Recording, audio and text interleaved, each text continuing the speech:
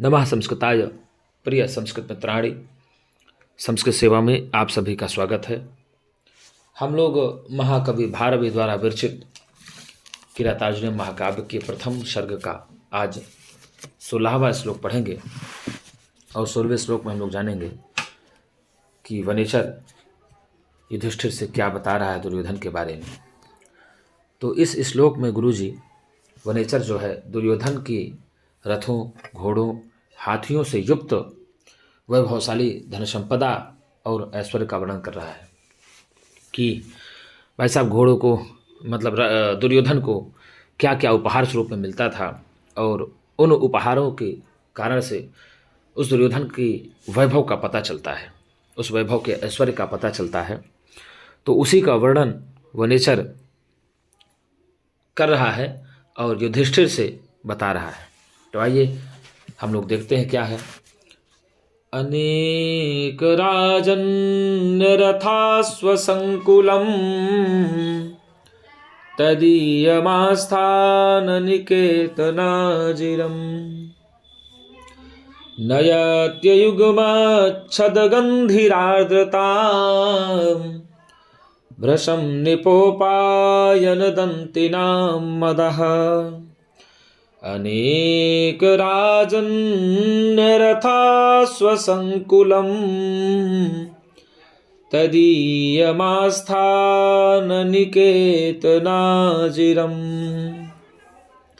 नयात्ययुग्माच्छदगन्धिरार्द्रताम् भृशं निपोपायनदन्तिनां मदः भृशं निपोपायनदन्तिनां मदः अनेक राजन्यरथाश्वसंकुलम् तदीयमास्थाननिकेतनाजिरम् नयात्ययुग्मच्छदगन्धिरार्द्रताम् भृशं निपोपायनदन्तिनां मदः। तो आइए पहले हम लोग इसका पदच्छेद कर लेते हैं। क्या कर लेंगे? पदच्छेद कर लेंगे। अनेक राजन्य रथाश्व संकुलम तदीयम आस्थान न निकेत नाजिरम। ठीक, तदीयम आस्थान निकेत नाजिरम नयति अयुग्मच्छदगन्धि आर्द्रताम भृशम नृपोपायन दंतिनाम मदः। तो आइए अब देख लेते हैं अनुय के साथ इसका अर्थ। क्या कहा गुरुजी? तो नृपोपायन दंतिनाम अर्थात नृपः उपायन दंतिनाम अर्थात राजाओं के द्वारा उपायन अर्थात उपहार स्वरूप में दिए गए। किसके भैया? उपहार स्वरूप में दिए गए दंतिनाम हाथियों का। क्या गुरुजी? दंतिनाम हाथियों के या हाथियों का नृपोपायन दंती नाम। नृप धन उपायन, नृपोपायन बन गया, और संधि आप कह सकते हैं। तो राजाओं के द्वारा उपहार के रूप में या उपहार के स्वरूप में दिए गए हाथियों का अयुग्मच्छदगन्धि। क्या कहा गुरुजी? ये अयुग्मच्छदगन्धि अर्थात सप्तपर्ण। अयुग्मच्छद मतलब सप्तपर्ण का एक वृक्ष होता है। तो सप्तपर्ण वृक्ष के पुष्प के समान गंधी ही गंध वाला। क्या गुरुजी? गंध वाला। क्या? मदह, मद या मदजल। अब आपको बता दें, जब हाथी बूढ़ा हो जाता है तो हाथी के मस्तक से मदजल टपकता है। हाथी जब मदमस्त हो जाता है, मदजल हाथी के मस्तक से टपकने लगता है, तो फिर उसको महावत को भी बस में करने के लिए बड़ी मेहनत करनी पड़ती है। जैसे आप देख लीजिए कि कोई बालक यदि बिगड़ जाता है किसी पिता का, तो उसको सुधारने के लिए पिता को बहुत ही मेहनत करनी पड़ती है। तो वही स्थिति है कि भाई साहब अयुग्मच्छदगन्धि ही अर्थात नेपोपायन दंतिनाम कहने का मतलब ये हुआ कि राजाओं के द्वारा उपहार स्वरूप में दिए गए, राजाओं के द्वारा भेंट स्वरूप में दिए गए जो हाथियों का अयुग्मच्छदगन्धि सप्तपर्ण वृक्ष के पुष्प के गंध वाला, पुष्प के समान गंध वाला जो मद है, मदाह जो मदजल है। तो अनेक राजन्य रथाश्व संकुलम, अनेक राजन्य रथास्व संकुलम।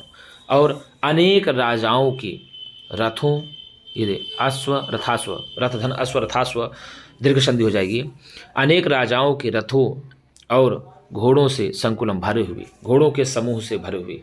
मतलब ये हुआ कि अनेक राजाओं के रथों और घोड़ों के समूह से भरे हुए तदीयम, क्या कहा गुरु जी, तदीयम दुर्योधनम, उस दुर्योधन का सभा भवन, उस दुर्योधन के सभा भवन को आस्थान निकेत नाजिरम, अर्थात सभा भवन के आंगन को, अर्थात उस दुर्योधन के सभा भवन के आंगन को, इसका पूरा हुआ तदीयम स्थान निकेत नाजिरम, उस दुर्योधन के, ठीक है ना, सभा भवन के आंगन को, भैया उस दुर्योधन के सभा भवन के आंगन को भ्रशम, भाई साहब अत्यधिक, भ्रशम मतलब अत्यधिक, बहुत बहुत क्या किया रहता है गुरुजी, तो आपको बता दें आर्द्रताम नयति, गीला बनाए रहता है, अर्थात गीला किए रहता है। तो मतलब कहने का तात्पर्य हुआ कि दुर्योधन को राजाओं ने बहुत सारे हाथी उपहार में दिए, घोड़ों को उपहार में दिया, और वे सारे जो हाथी हैं, और ऐसे वैसे हाथी नहीं भाई साहब, मदमस्त हाथी, जो मतलब हाथियों में भी उच्च कोटि वाले हाथी, तो उन हाथियों के जो मस्तक से मदजल बहता है, मानो उस मदजल से उस दुर्योधन का जो सभा भवन है, उसका जो आंगन है, उस आंगन को गुरुजी गीला बनाए रहता है, मदजल से गीला बनाए रहता है। तो फिर देख लेते, अनेक राजन्य रथास्व संकुलम तदीयमास्थान निकेतनाजिरम, तदीयमास्थान निकेतनाजिरम नयत्ययुग्मच्छदगन्धिरार्द्रताम् भृशं निपोपायन दंतिनां मदः। तो भैया सीधे कहता है नृपोपायन दंतिनाम, अर्थात राजाओं के द्वारा भेंट स्वरूप में दिए गए हाथियों का, या राजाओं के द्वारा उपहार स्वरूप में दिए गए हाथियों का। आयुग्मच्छद गंधि ही, आयुग्मच्छंद का मतलब होता है सप्तपर्ण वृक्ष के समान, या सप्तपर्ण वृक्ष के पुष्प के समान। गंधि गंध वाला, मदह एक सप्तपर्ण का जो वृक्ष होता है, उसका जो पुष्प होता है, उसकी पुष्प की सुगंध बहुत अच्छी होती है, वह हाथियों के मदजल के समान उसकी सुगंध होती है। तो यही कहा गुरुजी कि सप्तपर्ण के पुष्प के समान गंध वाला जो मदजल है, उस मदजल से और अनेक राजन्य रथास्व संकुलम, अनेक राजाओं, एक नहीं अनेक राजाओं के द्वारा उपहार स्वरूप में दिए गए रथ और अश्वों के समूह से, रथ और अश्वों के समूह से तदीयम, उस दुर्योधन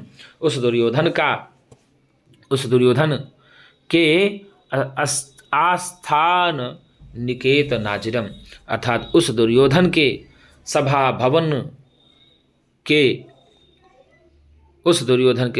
के आंगन को, आस्थान निकेत नाजिरम मतलब सभा भवन के आंगन को, भ्रशम अत्यधिक, भ्रशम मतलब अत्यधिक क्या किया रहता है गुरुजी, तो आर्द्रताम नयति, अत्यधिक गीला करता है।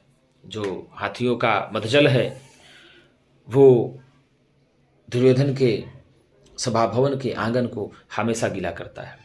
तो भाई साहब अगर पूछ ले प्रश्न कि नृपोपायन दंतिनाम मदः कस्य आस्थान निकेत नाजिरम आर्द्रताम नयति, तो भैया दुर्योधनस्य, अर्थात जो राजाओं के द्वारा उपहार स्वरूप दिए गए हाथी हैं उनसे क्या गिरता है, तो आप बताएंगे मदजल गिरता है। और हाथियों के मदजल से किसका सभा भवन या किसका आंगन गीला रहता है, तो आप बताएंगे दुर्योधन से, दुर्योधन का। यदि पूछ लिया कि राजाओं के द्वारा दुर्योधन को क्या उपहार में मिला, तो राजाओं के द्वारा दुर्योधन को बहुत सारे घोड़े और अश्व उपहार स्वरूप में मिलता है। और उन हाथियों के मदजल से किसका सभा भवन गीला रहता है, तो भैया दुर्योधन का रहता है। आस्थान निकेत नाजिरम मतलब सभा भवन के आंगन को कहेंगे, ठीक है ना। आस्थान सभा भवन और नाजिर मतलब आंगन को। तो भैया उस सभा भवन के आंगन को आर्द्रताम नयति हमेशा गीला बनाए रहता है। तो अनेक राजन निरथा स्वसंकुलम तदीयमास्थान निकेत नाजिरम नयत्य युग्म छदगंधिरार्द्रता भ्रशं नृपोपायन दंतिनाम मदः। नृपोपायन दंतिनाम फिर से समझ लीजिए, नृपधन उपायन दंतिनाम, नृपोपायन दंतिनाम बन जाएगा गुण संधि। तो राजाओं के द्वारा उपहार स्वरूप में दिए गए हाथियों का अयुग्मच्छदगंधि अर्थात सप्तपर्ण के पुष्प के समान गंध वाला मदह दो मद जल है। क्या है गुरुजी? जो मद जल है। अनेक राजन निरथा स्वसंकुलम अनेक राजाओं के द्वारा उपहार स्वरूप में दिए गए रथों एवं घोड़ों के समूह से भरे हुए तदीयम उस दुर्योधन के आस्थान निकेतनाजिरम सभा भवन के आंगन को भृशम अत्यधिक आर्द्रता नयति गीला बनाए रहता है। तो अनेक राजन निरथा स्वसंकुलम तदीयमास्थान निकेतनाजिरम नयत्ययुग्मच्छदगंधिरार्द्रतां भृशं नृपोपायन दंतिनाम मदः। तो गुरु जी सीधे कहा कि राजाओं के द्वारा उपहार में दिए गए हाथियों का सप्तपर्ण के पुष्प की गंध वाला सप्तपर्ण के पुष्प की गंध वाला जो मदजल है वह अनेक राजाओं के द्वारा उपहार में दिए गए रथों और घोड़ों के समूह से भरे हुए उस दुर्योधन के सभा भवन को या सभा भवन के आंगन को अत्यधिक गीला कर देता है। ठीक है ना। तो सीधे कहा कि राजाओं के द्वारा उपहार स्वरूप दिए गए हाथियों का उपहार के स्वरूप में दिए गए हाथियों का और सप्तपर्ण के पुष्प के गंध वाला मदजल अनेक राजाओं के द्वारा दिए गए रथों और अश्वों के समूह से उस दुर्योधन के आंगन को अत्यधिक गीला बनाए रहता है। तो आइए अब हम लोग देख लेते हैं किसमें कौन सी विभक्ति है, क्या बना हुआ है, तो ये भी जानना जरूरी है। तो भैया नृपोपायन दंतिनाम में तो षष्ठी विभक्ति बहुवचन है और सब नृपोपायन दंतिन शब्द है, इन्नंत पुल्लिंग है, षष्ठी विभक्ति बहुवचन का रूप है। और अयुग्मच्छद गंधि ही आपको बता दें तो इसमें भी आपको बता दें कि ये अयुग्मच्छद गंधि शब्द इकारांत पुल्लिंग है और प्रथमा विभक्ति एक वचन है, समस्त पद है। और मदह, ये जो मदह है ना गुरुजी, तो मदह मद शब्द अकारांत पुल्लिंग है, प्रथमा विभक्ति एक वचन है। और अनेक राजन्य रथास्व संकुलम, ये है ना, अनेक राजन्य रथास्व संकुलम, ये पूरा पद है। तो ये शब्द अकारांत नपुंसकलिंग द्वितीय विभक्ति एक वचन का है। और तदीयम तदीयम तदीयम उस दुर्योधन का, तदीय शब्द है अकारांत नपुंसक द्वितीय विभक्ति एक वचन है, ये भी विशेषण है। ठीक, उस दुर्योधन का जो आंगन है, सभा भवन है। और स्थान निकेत नाजिरम, ये आस्थान निकेत नाजिरम भी शब्द अकारांत नपुंसक लिंग द्वितीय एक वचन है, यह अव्यय है। और भृशम क्या है? अव्यय है गुरुजी। क्या है? भृशम अव्यय है। और आर्द्रताम जो है आर्द्रता शब्द है, क्या है? आर्द्रताम, आर्द्रता शब्द आकारांत स्त्रीलिंग द्वितीय विभक्ति एक वचन है। और नयति क्या है? यहाँ नयति है ये भैया।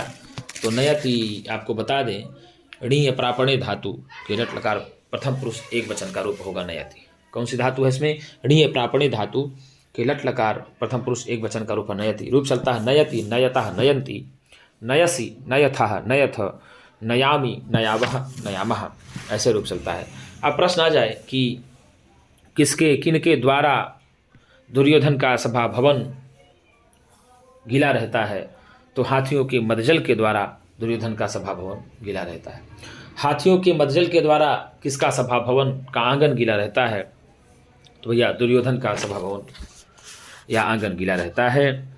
और राजाओं के द्वारा उपहार में क्या दिया गया, तो बहुत सारे रथ और अश्व का समूह राजाओं के द्वारा दुर्योधन को दिया गया। राजाओं के द्वारा बहुत सारे अश्व और रथों का समूह किसको उपहार स्वरूप में दिया गया, तो राजाओं के द्वारा बहुत से अश्व और रथों का समूह दुर्योधन के लिए उपहार स्वरूप में दिया गया।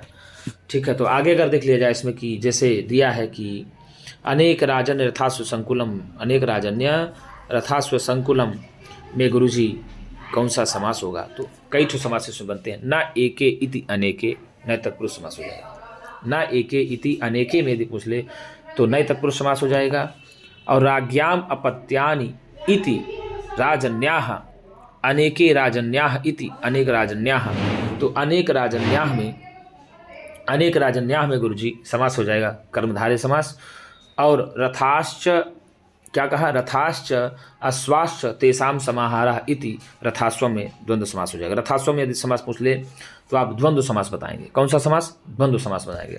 और अनेक राजन्यानाम क्या कहा, अनेक राजन्यानाम रथाश्वम इति अनेक रथाश्वम, तो अनेक रथाश्वम में आपको बता दें गुरुजी बन जाएगा कौन सा समास, तो आप बनाएंगे षष्ठी तत्पुरुष समास। ठीक है ना, अनेक राजन्यानाम रथाश्वम इति अनेक रथाश्वम में बन जाएगा षष्ठी तत्पुरुष समास।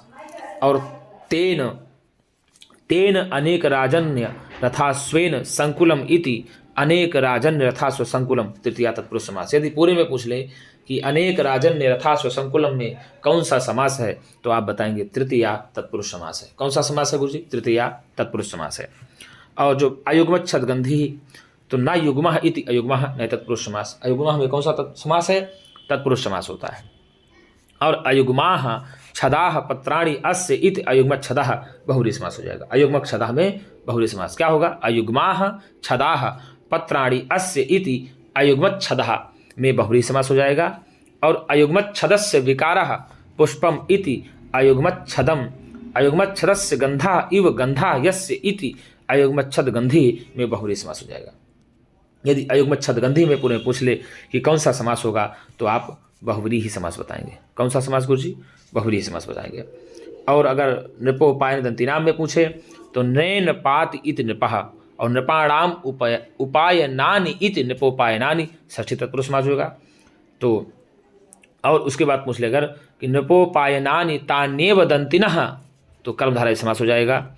और तेषाम नृपोपायन दंतिनाम प्रशस्तौ दंतौ येषाम ते दंतिनः, ऐसे बन जाता है। ठीक है गुरुजी। अगर आस्थानस्य निकेतनम इति आस्थान निकेतनम बन जाएगा षष्ठी तत्पुरुष समास। आस्थानस्य निकेतनम इति आस्थान निकेतनम षष्ठी तत्पुरुष समास बन जाएगा। ठीक है ना गुरुजी। और यदि आपसे पूछ ले कि रथ धन अश्व रथाश्व बनाना, रथाश्व यह दिया है, रथ धन अश्व रथाश्व में कौन सी संधि हो जाएगी, तो गुरुजी अकः सवर्ण दीर्घा से दीर्घ संधि हो जाएगी। और नयत युग्म में कौन सी संधि हो जाएगी, तो नयति धन अयुग्म यण संधि हो जाएगी। नयति धन अयुग्म यण संधि हो जाएगी। और अयुग्मत छद में कौन सी संधि हो जाएगी, तो अयुग्म धन छद, तो यहाँ तुगागम संधि है। और यहाँ पर अयुग्म के अंत्य ह्रस्व आकार के पश्चात छकार आने से एक सूत्र है 6 सूत्र से तुक आगम हुआ है। और यह तुक आद्यंत टकितो सूत्र के अनुसार है, स्थानीय के आकार के पश्चात होगा, इसलिए अयुग्मत धन छद बना। उसके पश्चात तकार को स्तोष चुना चुह सूत्र से चा आदेश होकर के अयुग्मत छद बन गया। तो एक प्रकार से इसको व्यंजन संधि आप कहेंगे। ठीक है। और अगर गंधिरार्धताम में कौन सा संधि है, तो गंधिस धन आर्धताम में विसर्ग संधि हो जाएगी। और नृपोपायन दंतिनाम में कौन सी संधि होगी, ये आपको बताना होगा। तो गुरुजी नृपोपायन में नृपधन उपायन में गुण संधि हो जाएगी। कौन संधि, नृपोपायन में नृपधन उपायन बराबर गुण संधि हो जाएगी आद्गुणः सूत्र से। ठीक है। अब दंतिन में कौन सा प्रत्यय है, तो आपको बता दें कि दंतिनाम पढ़े ना, तो दंतिन में कौन सा प्रत्यय है, तो दंत से इनि जस होकर के दंतिनाम बन गया। जस कहाँ लगा, तो सुअ जस। और दंतिनः, ये दंतिनः है, दंतिनः तो दंत से इन होकर के जस हुआ, तो सुअ जस हो गया। और राजन्य में राजन से यत प्रत्यय लग जाएगा। क्या हो जाएगा, राजन्य में राजन से यत प्रत्यय होकर के बन जाएगा। और संकुलम में समकुल का बन जाएगा। संकुलम में क्या बनेगा गुरु, समकुल और का प्रत्यय लग करके संकुलम बन जाएगा। और तदीयम में तत् शब्द से छा प्रत्यय हो जाएगा। तदीयम में पूछ ले कि तत् शब्द से कौन सा प्रत्यय हो जाएगा, तो आप बताएंगे तत् शब्द से छा प्रत्यय हो जाएगा। आस्थानम में कौन सा प्रत्यय है, तो आंग उपसर्ग पूर्वक स्था धातु से लुट प्रत्यय हो जाएगा। आस्थानम में आंग उपसर्ग पूर्वक स्था धातु से लुट प्रत्यय हो जाएगा आस्थानम में। ठीक है गुरु जी, दिया है आस्थान, तो आस्थानम में लुट प्रत्यय। और निकेतनम में तो नी कित लुट प्रत्यय हो जाएगा। क्या होगा गुरु जी, नी कित लुट प्रत्यय हो जाएगा, निकेतनम बन जाएगा। और आपको बता दें आर्द्रता में आर्धधन तल प्रत्यय हो जाएगा। आर्द्रता, तो आर्द्रता शब्द में आर्धधन तल प्रत्यय बन जाएगा। और नयति जो है नीय प्रापणे धातु से लट लकार प्रथम पुरुष एक वचन का रूप बना नयति, और रूप चलता है नयति नयता नयंती, नयसि नयथा नयथ, नयामि नयावह नयामः। यदि आपसे पूछ ले कि इस श्लोक में कौन सा अलंकार है, तो आप बताएंगे गुरुवर इस श्लोक में अलंकार है उदात्त अलंकार। कौन सा अलंकार है, उदात्त अलंकार है। उदात्त अलंकार होता कब है, जब किसी वस्तु का वर्णन, क्या कहा, जब किसी वस्तु का वर्णन अत्यंत समृद्धशाली रूप में किया जाता है तब उदात्त अलंकार होता है। उदात्त अलंकार कब होता है, जब किसी भी वस्तु का वर्णन अत्यंत समृद्धशाली रूप में किया जाता है तब उदात्त अलंकार होता है। समृद्धिम वस्तु वर्णनम उदात्तः अलंकार सूत्र में यह कहा गया है लक्षण। तो इस श्लोक में दुर्योधन के अतिशय समृद्धशाली बताया गया ना, दुर्योधन के बहुत समृद्धशाली ऐश्वर्य का वर्णन किया गया है, इस कारण से यहाँ पर इसमें उदात्त अलंकार हो जाएगा। तो एक बार फिर से देख लेते हैं। अनेक राजन्य रथा स्वसंकुलम तदीयमास्थान निकेतनाजिरम नयत्ययुगमाच्छदगंधिरार्दतां भृशं निपोपायनदन्तिनां मदः। प्रश्न आ जाएगा कि भृशं निपोपायनदन्तिनां मदः, इस पंक्ति का वक्ता कौन है, तो भैया वनेचर है। और यह पंक्ति किसके लिए आई है, तो सारी पंक्ति दुर्योधन के लिए आई है। और इस श्लोक को वनेचर किससे बता रहा है, तो युधिष्ठिर से बता रहा है। और राजाओं के द्वारा दुर्योधन को उपहार में क्या प्राप्त हुआ था, हाथी प्राप्त हुए, रथ प्राप्त हुए और घोड़ों का समूह भी प्राप्त हुआ। और किसके द्वारा, दुर्योधन का सभा भवन या आंगन गीला रहता था, तो हाथियों के द्वारा गीला रहता था। तो नृपोपायनदन्तिनाम, राजाओं के द्वारा उपहार में दिए गए हाथियों का आयुग्मच्छद गंधि सप्तपर्ण वृक्ष की पुष्प की गंध वाला मदजा मदह, जो मदजल है। अनेक राजन रथा संकुलन, अनेक राजाओं के द्वारा उपहार में दिए गए रथ और घोड़ों के समूह से भरे हुए उस दुर्योधन का या उस दुर्योधन के आस्थान निकेतनाथ सभा भवन के आंगन को भृशम अत्यधिक गीला बनाए रहता है। अर्थात दुर्योधन के सभा भवन को या आंगन को गीला कौन बनाए रहता है, तो मदजल बनाया रहता है। क्या बनाया रहता है गुरुजी, मदजल बनाया रहता है। तो अनेक राजन्य रथा स्वसंकुलम तदीयमास्थान निकेतनाजिरम नयात्ययुग्माच्छदगंधिरार्दतां भृशं निपोपायनदन्तिनां मदः। अतः राजाओं के द्वारा उपहार में दिए गए हाथियों का सप्तपर्ण के पुष्प की गंध वाला मदजल अनेक राजाओं के रथों और घोड़ों से भरे हुए उस दुर्योधन के आंगन को बहुत गीला कर देता है। अर्थात पूरे सभा भवन, जो सभा भवन होता है उसका जो आंगन होता है, उस पूरे आंगन में मद जल से पूरा आंगन ही गीला हो जाता है। ठीक है मित्रों, तो यदि मेरी वीडियो आपको अच्छी लगे मित्रों, तो एक बार लाइक और सब्सक्राइब जरूर करिएगा, क्योंकि लाइक और सब्सक्राइब करने में आपका कुछ लगने वाला नहीं है, जिससे मेरा भी मन और उत्साह इस वीडियो को बनाने में लगा ही रहेगा। तो मित्रों, आज के लिए इतना ही। हम पुनः एक नई वीडियो के साथ आप लोगों से मिलेंगे, तब तक के लिए नमः संस्कृताय।